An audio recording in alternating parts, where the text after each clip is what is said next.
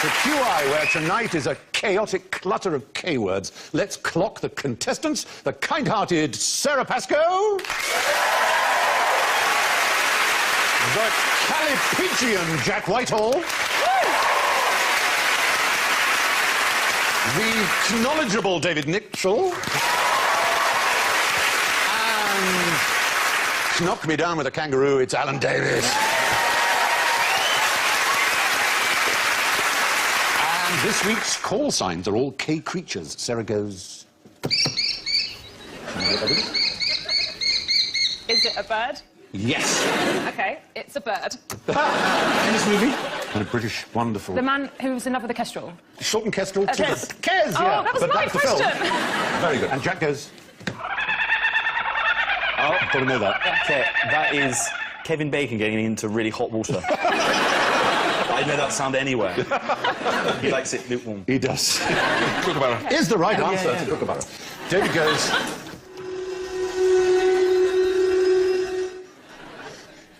Is that a Klingon spacecraft? Killer bee! Killer bee. Exactly, there you go. And Alan goes...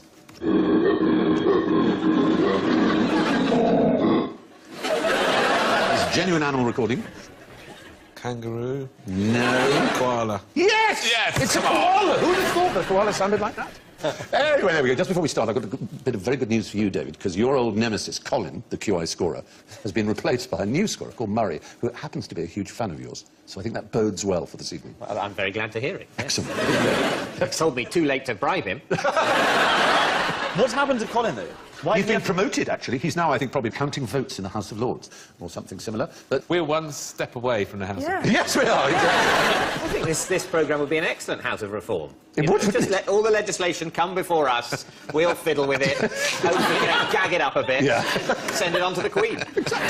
My government will find 6 penises on this particular insect. Tends to be about the QI. Anyway, let's kick off. What is this? It's a noise. Listen out carefully. We're beginning with K. Yeah. A klaxon. Oh!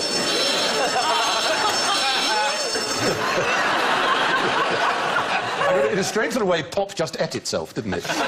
A klaxon gave a klaxon. We call it the klaxon. It's not actually a klaxon. So is that a brand name? Like the Tannoy Brilliant. or Hoover? You're absolutely right, just like Tannoy or Hoover. So what is it, an alarm? It's basically a siren, a noise, an alarm noise, exactly. Okay. Klaxon has a very specific sound. It belongs to a company called Lovell McConnell Manufacturing. They were first fitted to cars, and they were the first electric thing ever to be attached to an automobile, the klaxon. So they needed an alarm before a light? So the sound we heard was just call it some general word, but technically it's not a klaxon. Now, automobiles, America, the land of the free, the land of the automobile. You can imagine that in places like Pennsylvania, they must have welcomed them when they arrived, yes? No. It's the right answer. Alan, you're really getting the hang of Played this. this before. You have to intuit. You would be astounded by the Farmers Anti-Automobile Association of Pennsylvania with its list of impractical requirements for motorists. Automobiles travelling on country roads at night must send up a rocket every mile. And then wait 10 minutes for the road to clear. The driver may then proceed with caution, blowing his horn and shooting off Roman candles. If the driver of an automobile sees a team of horses approaching, he is to stop, pull to one side of the road, almost cover his machine with a blanket or dust cover, which is painted or coloured to blend into the scenery. In case a horse is unwilling to pass an automobile on the road, the driver of the car must take the machine apart as rapidly as possible and conceal the parts in the bushes. Really didn't want motor cars in honking the horn, is that a sensible, safe thing to do? Does it avoid accidents? Oh, it'll frighten the horses. Well, obviously, let's assuming we're talking about now when they're underneath. Wouldn't it raise very few. aggression? Hearing a loud noise makes you probably release adrenaline, and then your instincts would be flawed, I would have thought. I think you're absolutely right. I've driven in Italy. Oh, I've been no. on tour in Italy, and the word go is die in Italy. Abandon. Die! Like, fuck! I'm 19, I'm not a driver. No, but you're absolutely right. There's no evidence that using the horn contributes to safety. There's something interesting with police sirens, isn't there? Because it's 2 different notes, and the reason is if you hear one note for a long time, you can't tell where it's coming from. That's exactly right. You genuinely can't tell. Is that in front of me? Yeah. Or is it behind me? You just don't know. In America, they have a very good rule when you hear a siren on the road. Yeah. You just simply stop driving. Yeah. And go Absolutely. and have a meal. And then... But it actually somehow works out incredibly well, and the emergency vehicle just... But they have wider roads. They have probably. much wider roads, of course, yeah. But it does work I fantastic. usually And try everybody and does it. see which of the emergency services it is, and then decide Oh, it's only an ambulance, they Well, don't they're count. all Or it's gonna only a fire. What is that, then? It's the police. There's something sort of vaguely right-wing about it. So where were we? Yes, horn sounding does not, it seems, contribute to the safety of drivers at all. In Britain, we have almost zero tolerance of hooting your horn. But even more intolerant were the Nazis. And in 1936, they started They're not putting... known for their intolerance. No, I know, it's surprising. but we This thought we whole knew... thing has become intolerable. We, In the camp, I think. we thought we knew everything they were intolerant of, but it turns out even hooting your horn, they would actually punish the driver by putting yellow dots on their car. So it was like a sign, like, here's a hooter. He sounds his horn and people I've would turn their completely back. changed my opinion of the Nazis. I thought they were a pretty reasonable bunch of guys. This yellow dot business. It is just a shocking outfit. Anyway, there you go. So the QI klaxon isn't a klaxon at all. On the other hand, what is this stuff here? Nice and loud, isn't it? The Velcro. According to the website of Velcro Industries BV, there's no such thing as Velcro. Velcro is the name of our companies and the registered trademark for our products. It is not the generic name of that product that fastens shoes, pockets and hundreds of other things. That product should be referred to as hook and loop fastener. This matters, they say, because many terms that we use frequently in our everyday language were once trademarks, like escalator, thermos, cellophane, and nylon. Notice they don't mention heroin, which was also a trademark once. All these terms lost their distinction as trademarks because their owners allowed them to be misused by the public. So now you know. You can't buy a piece of Velcro, but you can purchase all of the Velcro brand hook and loop fasteners you need. This is Velcro. Hook and loop fasten it. The inventor of it called it Velcro. Do you know why it's called Velcro? It was a Swiss guy, and he noticed the way burrs caught to his socks. And he had to pull them off. And he noticed there was a, like, hook action on a burr, little green... You're a city boy. No, burrs. Kicking in the air. Little burrs, you know, little green round things with hooks on them. They stick on your socks and other bits like that. And he noticed that effect, and he reproduced it. And he used the words for velvet and hook, which are velour, vel, and crochet, crow. Georges de Mestral, his name was, and he took it from nature. There's so many good ideas come from. You'll notice another similar kind of copyright issue with the well-known musical, often performed in schools by Lloyd Webber and Tim Rice, one of their very first works, which is... Technicolor also, Yawn. yeah, that's Technicolor, exactly. Have you noticed the way it's always spelled and what follows the word Technicolor? No. It's a trade name. it? Yeah, they have to spell it like that, the American way, in order to use the word Technicolor. They have to show that it's a registered See, trademark. God really missed a trick not doing more of that in the Bible. Didn't he? I think he came up with the idea originally. They just added some songs. And he took the Apple registered trademark. Not that it was an Apple, of course. Yeah, how for do other you reasons. register a word? I mean, what if I registered the? No, it's quite important that it doesn't exist, which is why you get things like Nuclean, spelled N-U-K-L-E-N-E, so that you can register that spelling of So it. Apple could... Apple did have a big fight on that with another company called Apple, which was the famous Beatles one, which took years and years to resolve. But the original inventor of the apple. No, the fruit was nature, which took perhaps nature, hundreds of perhaps millions of years. God or gods. Yeah, but it wasn't. It's only It's called never Apple. sued. Only called Apple in the English language. Right. They don't call the computers POMs. Oh, the in computers, no, the France. computer, but then... God, that's his computer. You were talking about the inventor of the fruit just then, and now you've suddenly sidestepped with a blithe disregard of a bloody pansy. I've never I meant the thought flower. that flower is particularly Blithe. disregarding of it. Or blind. I think they look like they're frowning. I know what you mean, like Yeah. snapberries. I'm so lost on Yes. this. They're the pansy, the flower. I just don't know what they look like. No, never. We have a generation that don't know what pansies look like. They're flowers. I know they're flowers, I got that bit. How would you not know? Because we're too busy texting, listening to JLS and going out. Do you know what a wicket Try, is? my beloved country. Oh, hell's teeth on a bucket of blood. This is Oh, it will be sorted when the Jaeger bomb round comes along. That is what a Jaeger bomb is. My dad Jaeger genuinely bombs. said, That's how young. referred to it as a Jaguar bomb the other day. He uses emoticons in text as well, my dad. He's 74 years old, and he uses the little faces that teenage girls use. Not that I text teenage girls. Yeah. And he uses that. Your sister uses, He yeah. sent me a message, and it was the most harrowing thing I've ever read, but it shouldn't have been. It went, "Dear Jack, are you coming over for Sunday lunch? Your sister's going to be there. Winky face." That's wrong. Deeply wrong. How did that happen? Family roast. Oh, lordy, lordy, lord. Anyway, according to Velcro, there's no such thing as Velcro, except for this, which is Velcro. Now, everyone knows what knees, knuckles and kidneys are, but what's the point of these less familiar cave parts of the body? Kieselbach's plexus, the valves of Kirkring, the end bulbs of Krauser, the balls of Cone. That is the best nickname for someone's balls ever. Behold, the end bulbs of Kraus! Kneel before the end Kneel bulbs before of them. Krauser. It is not all Star Trek movies. Star Trek 19, the bulbs of Kirkring, Kieselberg's plexus. They have magnificent names. They are all parts of the human anatomy. The valves of Kirkring are actually folds. Would that help you at all? Where do we have lots and lots of folds? Intestines? Yes. Well done. Get in there. He's got in there with our smaller gut. There it is, the valves of Kirkring. This is like the QI version of that game, Operation. So what had Kirkring done that someone named disgusting, shitty bits of the body He after? was a 17th century Dutch anatomist who was a friend and coeval of the philosopher Spinoza. And as you know from those wonderful Rembrandt paintings, the anatomy was a big subject in Holland. They were fascinated and curious. So fantastic discoveries being made. And one of them was this lower intestine, which is 22 feet long and then a few inches wide. But if unfolded, it would cover a tennis court. Surely Just that's- yours. A tennis court. And mine. What, 2 tennis courts? What, the whole of the tennis court or just the No, lines? the whole of the tennis court, including for doubles play.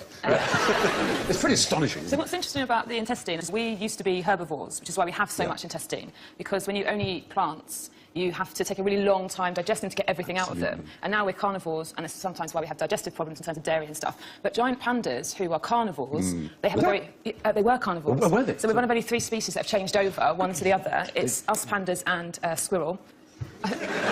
Squirrels used to be carnivore. A kind of squirrel that I Oh, can't right. remember. Right. But giant pandas, that's why they have so much problem, because they have a very short intestine without all of these flaps. Yeah. So they only eat bamboo, which goes straight through them, which means they have to eat it all day long. No, it's so boring. That's Yeah, why no. they never have sex. Yeah, exactly. As a rule, note, you cannot have sex on indigestion. You definitely get points for that. What happened that the pandas gave up on meat?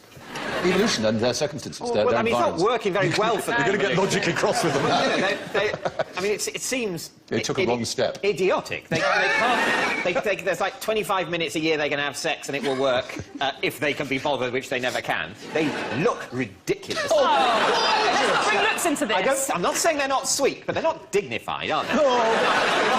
Then the wise panda. Okay. Never mind what the panda thinks. The panda's an idiot. Okay. Maybe they If you want to make bungle in Rainbow seem high status, bring on a panda. I'm with David on this. If you're in danger, you eat what you get. Like, if a rhino turned around and was like, sorry, no carbs before Marbs, then it deserves to die. Young person reference. They probably used to eat things that don't exist anymore. Oh, like dinosaurs. Little guys. Lovely little crunchy one. Really like pandas. Used to go up and go, oh, they're really... Oh! That would be evolution. Great. What's You that? evolved to look cute to something you want to eat. Yes, like, you know, back to parts of the body. Those are the valves of Kirkring. What about these, then? The pores of Cone. The bell ends. No, we're going to come to the bell ends, Alan. Wait for the bell ends. They will come. But the pores of Cone.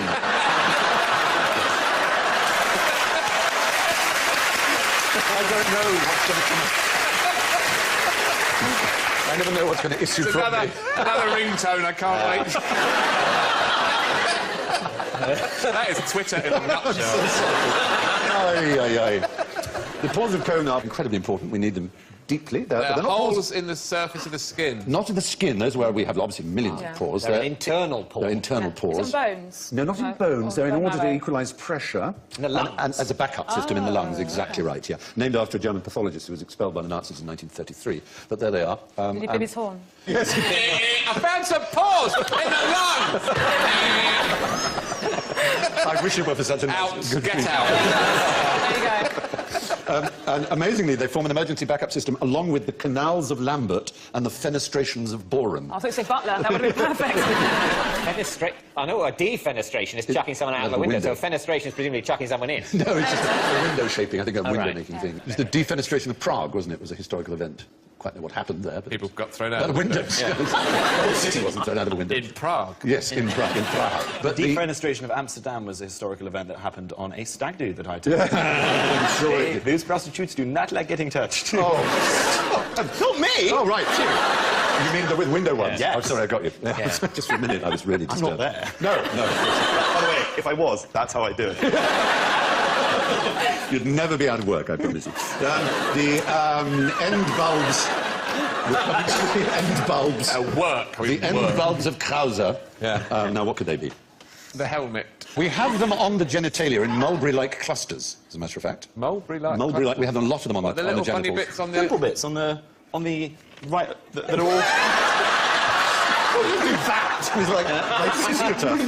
Yeah, those bits there. On that. Those big bits there and there. Oh, yeah, here. You know when you take it out to go to the loo, right? And then you get the winch down. I had to take a stepladder to go to the loo. Hey, no, they're smaller than that, but they are incredibly sensitive to a particular condition. Lady. To what particular lady, no. We also have them all over the skin, not just, but they are very concentrated on the genitalia for particular reasons. Particularly the male genitalia, very sensitive to your swinging. Is that cheating? Yes. You have a special isolated camera above you. I just thought I'd warn you. Really, well, I do. Sorry, Colin. But no, as you know, the survival of spermatozoa is very dependent on a very narrow range of what? Temperature. Temperature, exactly. That's why we've got balls. Yeah. Because they have to be kept separate from the... It's like Precisely. hanging milk outside a student room. Yes. To keep it cold. So if it's very, very warm, they Yeah. sort of tend to droop down and sort of swing a bit, get the air around them. Yes. And if it's very, very cold, they shrink up They and tend keep... to head home. Yeah, Yes. exactly. And snuggle up to the blood supply. Or if you're watching Loose Women. Or maybe. I should imagine In that a would- cold room. Yes, in a cold room. So yes, these endobulbs of Krauser are tiny little bits all over the skin, not just the genital. it They're not where- as big Whose as the... willy's that? No, they're not just... to make it clear, they're all over the body. They He needs to see a goose doctor. They're not the goose pimples themselves, no. They're tiny and they sense cold. But could you see an end bulb of Krauser? I don't think so. I think They're they're- too small to see. yeah. But they're there working out if it's cold. Yes. If it's hot, they knock yeah, off. absolutely right. They're activated by temperatures lower than 20 degrees Celsius. Oh, they're pretty busy in this country. Yeah, they certainly are. They certainly are. And so that leaves us with Kieselbach's plexus. A plexus, as in complex, is a sort of network. So it's a nerve endings thing, is it? brain. The brain, yeah. No, actually, it's a network of connected arteries. The heart. No, I'm just going to say things. And that's it. I've been... it's in the nasal septum. Yeah, it's a little network of arteries. It's around the point where we're most likely to have a nosebleed. Oh. And we've covered this before, Alan. When you have a nosebleed, Alan, you should pinch your nose and lean Forwards. Lean well, back. remember... Oh, well, forward. just in time. Yeah, just in time. If you lean back, the blood might go down your throat. Anyway, This picture you've got of Tara Palmer Tompkins with her makeup off is amazing. now, why do doctors hit your knee with a hammer? To test your reflexes. Yeah. Yeah. That's correct, but what reflexes are they? The reflexes are big. It's a You muscle... know the always score. a really- He's so no Murray. It's always a really cold hammer, so maybe they're testing the end bulbs of Kirchhoff. Gotcha. No, it's not the end bulb of Krauser. It's Because they don't like There's nerves that yeah. run from the thigh upwards to the... head. No. No, you would think Yeah. that. It's something to do. So the expression's like a knee-jerk A knee-jerk response. reaction, yeah, knee-jerk. Because it doesn't go to the brain. Yeah, it goes. It communicates amongst itself. Well, it goes up somehow. to the spinal cord. It doesn't go all the way up to the brain at all. Yeah. So it is unmediated by the brain entirely. It is absolutely an But you idiot can- It only reflex. happens in two times. One is when you get hit on the knee with a little hammer like that, and the other is when you're asleep on a crowded train. It's only two times. And you never see a doctor rushing off with a little hammer. So what are they hoping to see, doctors, when they tap you on the knee? So they want you to do that. They want you to kick. Actually, if it's too big, it could be a sign of really bad things. Oh. So that is a pretty healthy one. Sorry, this footage is on Luke. It's on Luke. Oh, yeah. This is the worst medical ever. Just stop the bloody knee. Grab my balls, Well, you cough, can't- and let's see. No, it's the relative strength of the twitch that is really important. Too much of a twitch might indicate a brain tumour, stroke, liver disease, multiple sclerosis, or tetanus. And too little might mean botulism, damaged nervous system, or an infected spine. And none at all would well be an index or a sign of... Or wooden leg. wooden leg. Or death. Or death, or syphilis. Oh, God. You don't get much of that anymore. You As don't if that get was much tonight's of it. star prize. Forget gonorrhea, go for syphilis. You keep the chlamydia, all right? That's yours. No one can take that away. The chlamydia's yours, the Point at genital me, I warts are haven't got yours. any of them. I'm pointing at both of you. I think the whole point with chlamydia is people can take it away from you. That's right. Anyway, What yeah. if you did a murder with your reflex? If someone sort of attacked your knee and in reflex, you had a knife attached broke to your their neck. shoe or something, and you killed them, would you be able to say, but the reflex, it didn't go to my brain, it only went to the bottom of my spine, so I didn't really do it? Yes. That's like when you're driving and you have an automated response. It's called like murder by automata, but you don't go to prison. So if you sneeze, for instance, and then you run someone over, someone sneezed. Yeah. Talk about a reflex. That means there's been There's a a killer! murder! That's murdered someone. Now they know they'll get away with it. It's something like You walk into a room with a gun, cocked, sneeze, it goes off, you kill someone, you're in the clear. So if you want to kill your wife, what you do is you drive down to Dover, you get her right up against the cliff, and then you put your leg behind her, and then get a doctor to tap the knee. Off she goes. And the doctor would go to prison. That would act up. The doctor would go to prison. I think so. What if he was sneezing as he tapped the knee? The perfect crime. Broadchurch series team. I love this imaginary super compliant wife that you found. Just come all the way here and stand there. What are you doing here? Why does the GP come with us? It's a lovely view, my love. Stand still. So, when you're hammered, a knee-jerk response is a total no-brainer. Now, why did McCartney's knees displease the Chinese? There is a thing with Paul McCartney where some people don't believe he's Paul McCartney anymore. They believe that he died, and then they had a competition, a Paul McCartney-like competition, and the winner is now Paul McCartney. Yeah. There's a similar theory about the Pope, isn't there? That, you know, it's not like the same guy, there's been more than one.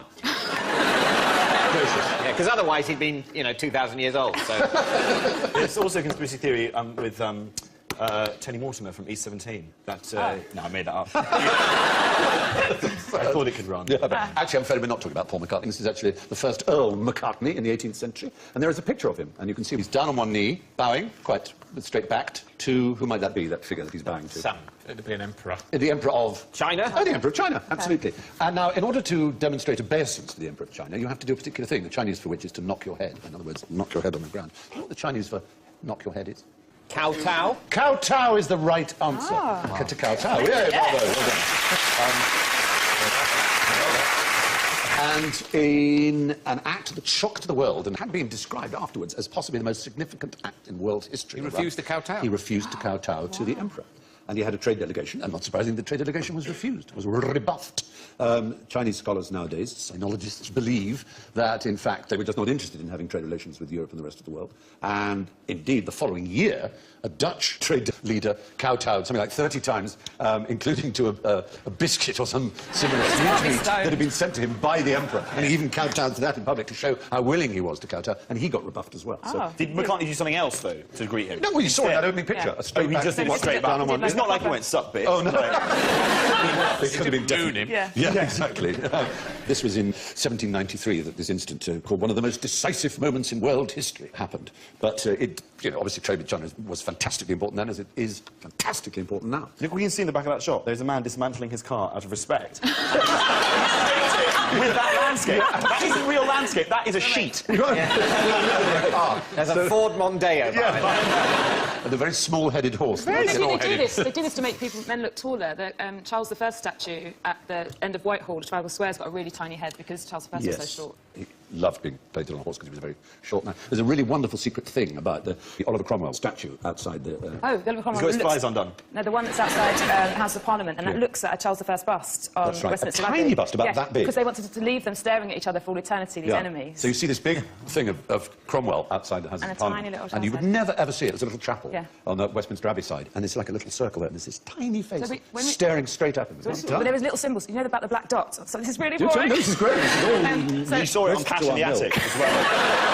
Where's all the money? Opposite Banqueting House, where Charles I was Yes. executed, at the Hall Scarred Scarred Parade, entrance, yeah. on the clock at 2:15, there's a black dot, which is the time that he was executed, to remind people as they're walking past. There's symbols all over London to remind people. I used to do tour guiding on buses. I'm really impressed. That's absolutely fantastic. This is a fantastic tour guide of London you must have been. That's superb information. Now, what happened to the botanist who couldn't tell heads from coconuts? Not... Is this like the man who mistook his wife for a hat? it's not... So, That's wonderful. so Oliver Is that a Sacks... Channel 4 documentary? No, I know what you mean, like a freak thing. OK, so it's a kind of... Something happens in the brain, Yeah. and it's very interesting. The two halves of the brain are separated, for example, and all various different They things. don't communicate very well, Yeah. but, I mean, we find out so much about how the brain works when people have brain damage. Exactly. And so the man who mistook his wife for a hat, he was married, and when he left Oliver Sacks's office for the first time, he tried to take her head off. And sort of my hat stuck. Yeah. And he did lovely things, like when he was walking along the road, he would pat bollards, thinking they were children Yes. playing. Yeah. And you get other cases where they can't feel one half of their body. They don't know. They're absolutely terrified by their hand. It's like an alien phantom thing. limbs. And in You, hospitals, wait, so wait, people you jumping out can't of bed. feel your own hand. It's like someone Yeah. else's. I want whatever this is. I want it. That sounds You know, amazing. sitting on I it sat on it for months. It didn't Stephen. work. There's cases of like people in hospitals. What's it called? throwing themselves- By the book, Oliver Sacks. Well, actually, it isn't a fascinating neurological condition he had. It was merely incompetence of language. Oh. And in Indonesia, on the island of Ambon in 1913, a very popular Canadian botanist by the name of Charles Budd Robinson was merrily having a nice time getting on with the local people, and he asked some villagers if they could get a boy to climb a palm and chop down a coconut, which would be Parong Kalapa. Unfortunately, he said Patong Kapala, which means to find a boy and chop off his head. So they thought he was a headhunter, which they had in those parts then, and they murdered him. We've all done that. I was in Marbella once. Yeah, I had in Italy, so penne arrabbiata is a kind of his pasta sauce, but penne with one N is penis. Yes, so you're also indeed. asking for an angry penis. If you pronounce You that have to do wrongly. the double penne. Yeah. It's not penne, but Yeah. penne. It's really difficult. And also, no one wants an angry penis That for dinner. explains a lot. I worked as a waiter in Italy. And I had no idea they wanted pasta. If you said penne puttanesca, that would mean prostitute's penis. 'Cause that's what puttanesca means. And some people do like that. There you go. So, in fact, funnily enough, that same slip is part of their tourist trade, the difference between Kalapa and Kapala, because you have Kalapa Kapala sold on the island as mementos, which are coconuts shaped into heads. Kalapa Kapala. There you are. Kalapa Oh, they're Kapala. beautiful, Aren't they lovely? Well, OK. Must be worth 10 or make a- 15 pence.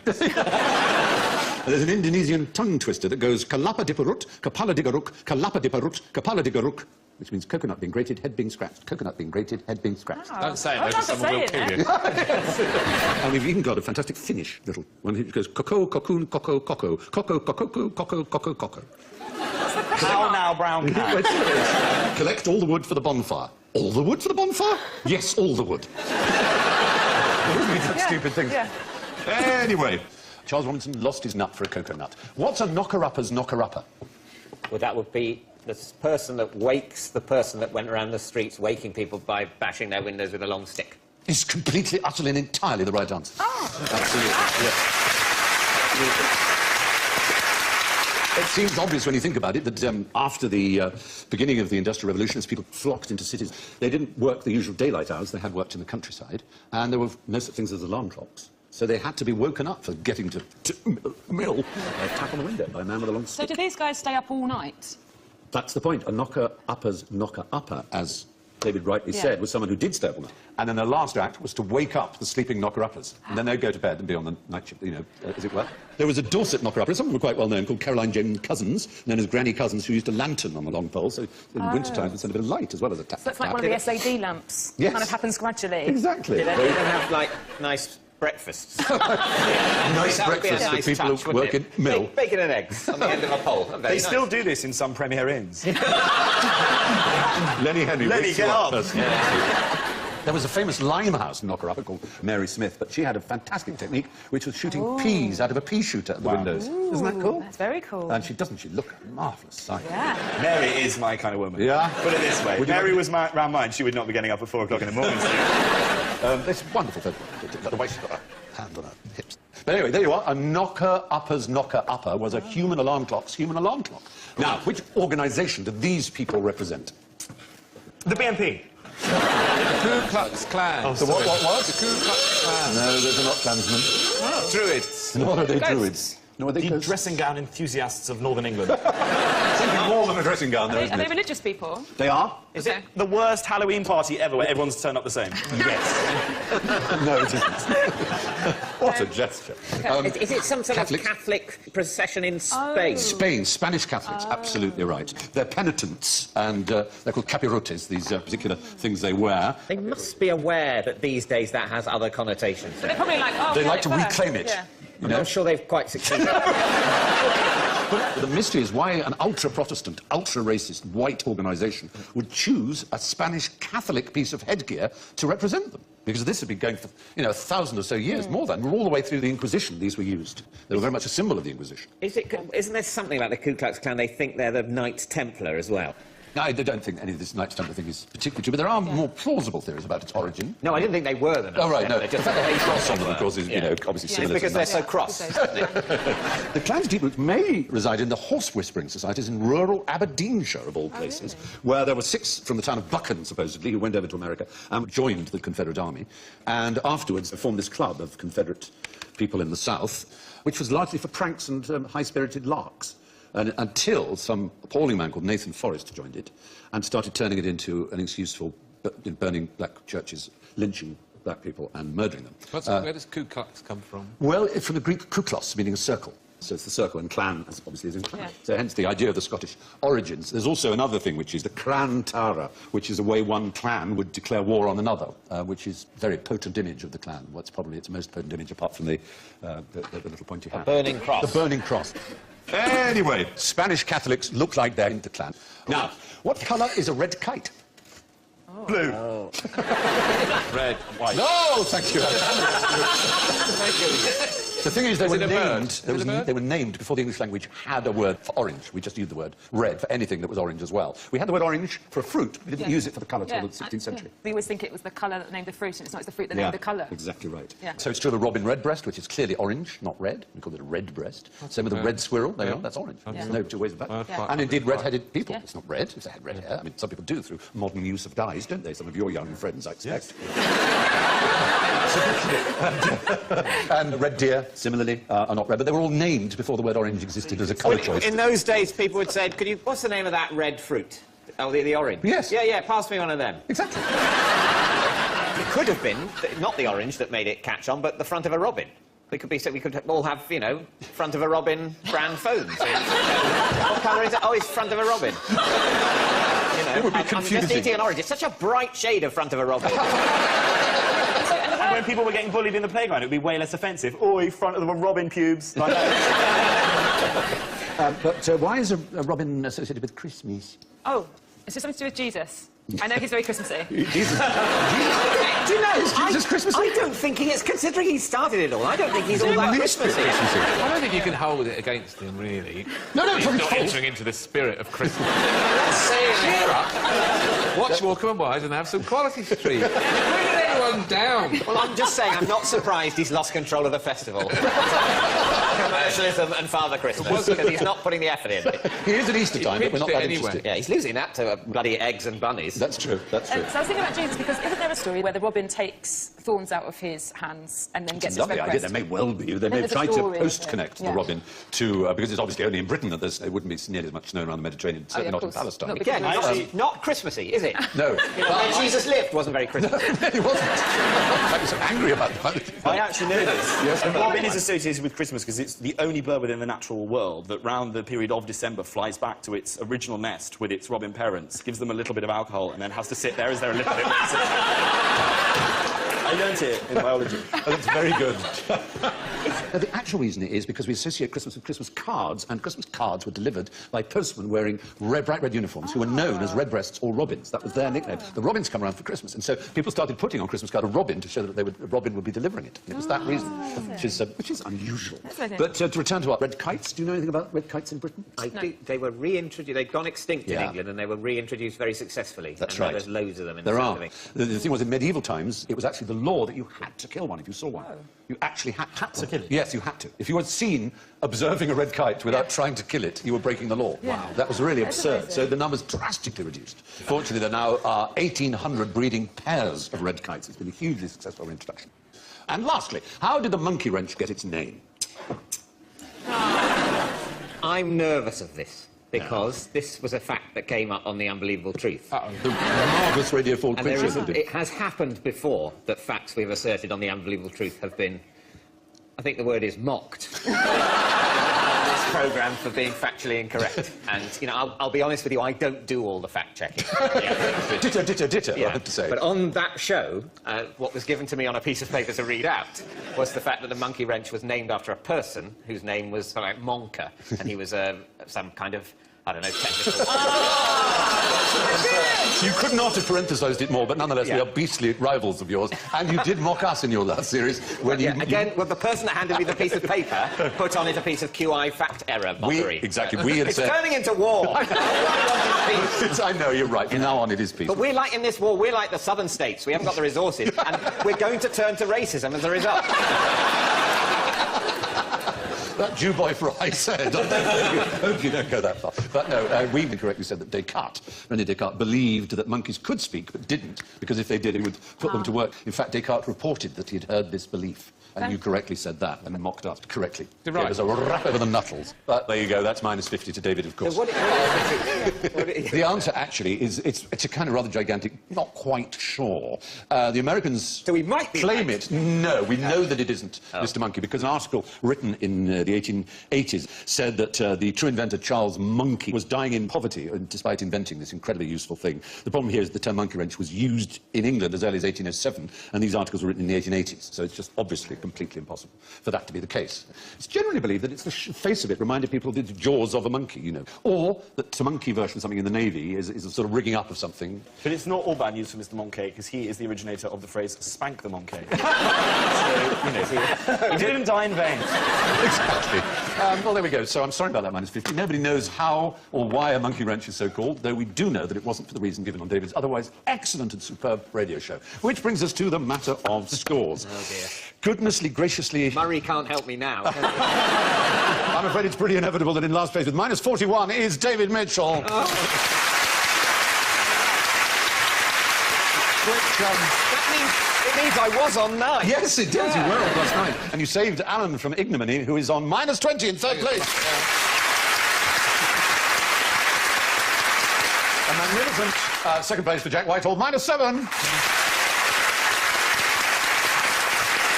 But what a QI kind of mind, what an incredible score, what an amazing debut from Sarah Pascoe with +28!